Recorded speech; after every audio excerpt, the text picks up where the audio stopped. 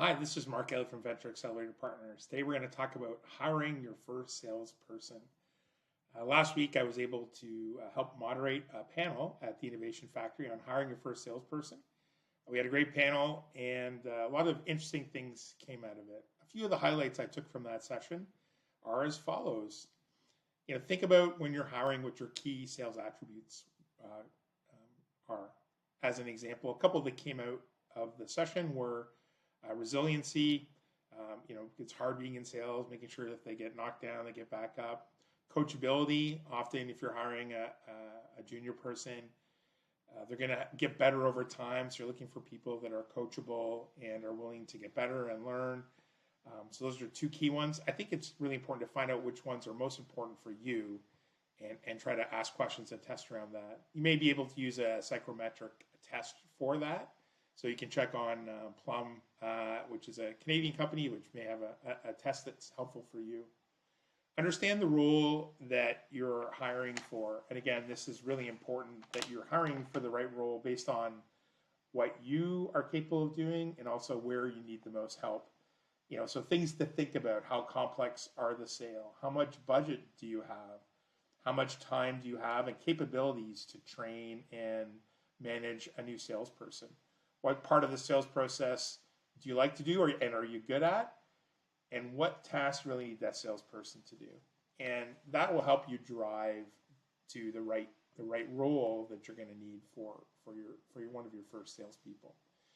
A big thing that came out of it is be prepared.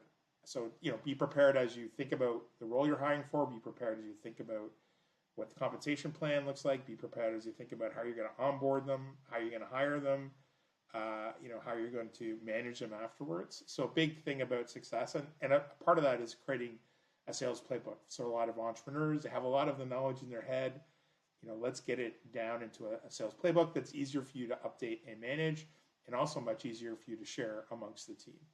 Sales compensation is really important for early stage companies. I think there was, across the panel, there was a consensus that 100% commission would not work for a new salesperson, entry-level salesperson. I've seen it myself personally with a startup I've worked with that they had a new salesperson every 6 months. Yeah, there's not a lot of cost to them, but guess what? They didn't make a lot of progress. They didn't learn anything.